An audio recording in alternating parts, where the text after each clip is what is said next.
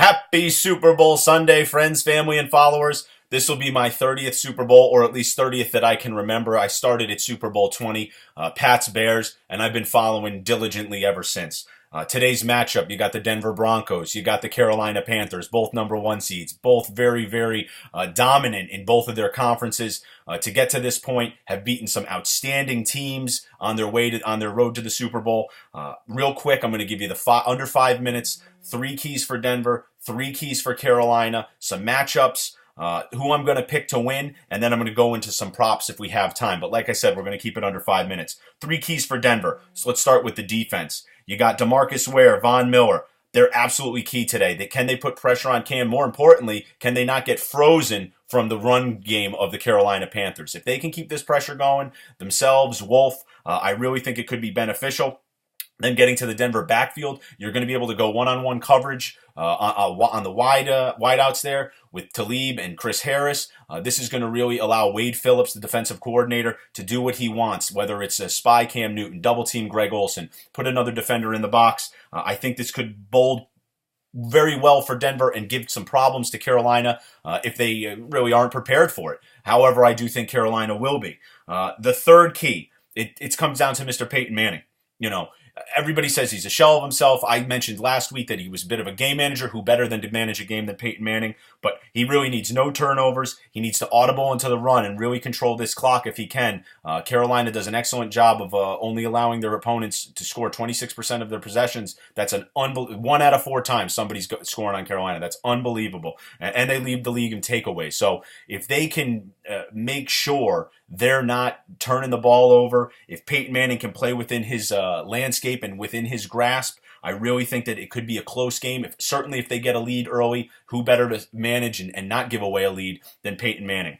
Let me give you the 3 Carolina keys. They're going to have to run the ball to neutralize the pass rush. I just touched on that. They have 31 consecutive games of 100-yard rushings. That includes the playoffs. I don't think that'll change today. Number 2, they have to keep pressure on should they get a lead. We've seen it, they did an excellent job against Arizona, but we've seen it over the course of this season, and certainly we've seen it on the road with them. Not so much at home. Yes, they've had a couple hiccups, but they won those games outright. I'm talking about the Giants game that really rings a bell. How will Carolina respond on the road with the lead in a hostile environment? I think there are going to be a lot of people pulling for Denver out there and Peyton. And finally, Cam needs to be Cam. Really, this team has rallied around him, rallied around his energy, rallied around Ron Rivera and what they're putting forth. I'm really excited for them today. I like Carolina and the under. Carolina giving 5. The over-under is 44. I like Carolina, 24-16. Really a dogfight today. I think there's going to be a lot of running the ball to try to neutralize the clock. Let's get two of the key matchups I like. Robert McClain, who is in the secondary for Carolina. If he gets exploited today, the Denver Broncos have a chance. And then you got Bradley Roby in the secondary for the Denver Broncos. If Cam, if they're covering these 2 guys and he can get Funchess involved, it looks like he's going to be on Roby. It looks like Roby could get his bell rung a couple times today, and they might go to the well there. So that's who I like. I like Carolina. I like the under. My heart, I want Denver. Of course, who doesn't? Peyton to ride out, greatest quarterback that we've watched in terms of statistics. Certainly Tom Brady, Peyton Manning. What a fortunate generation to grow up with and watch football with. But let's get to some props. Here's some of the props going off. Total sacks, 4.5. I love the over on that. Total TDs, 5.5. I like the under on that. Manny Sanders, will he get a TD?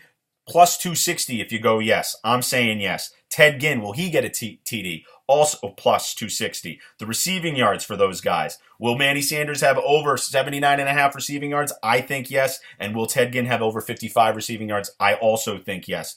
Greg Olsen, first reception, 13.5 yards. I think over 13.5 yards. That's going off at plus 115. And then Owen Daniels, very popular pick. Everybody knows he did well last week, but I actually like him as the under 33 yards for the game. With Manning at the helm, he's actually only had 15 yards a game. So MVP, real quick rundown. For Carolina, here are your odds. Cam, 6-5. Olsen, 8-1. Stewart, 10-1. Ted Ginn, 12-1. Kuechly, 30-1. I got for Denver, Peyton, 9-2. Demaryius Thomas, 5-1. Manny Sanders, 10-1. Ronnie Hillman, 15-1. Miller, Talib, and Ware, all 50-1. Coming up on 5 minutes. I did my part. I hope you guys are engaged. I hope you're watching this game. I hope you have a lot of fun, and I hope you continue to follow me next year because we're going to tighten it up and get better every single time. Happy Super Bowl Sunday, everybody. Thank you so much for your support.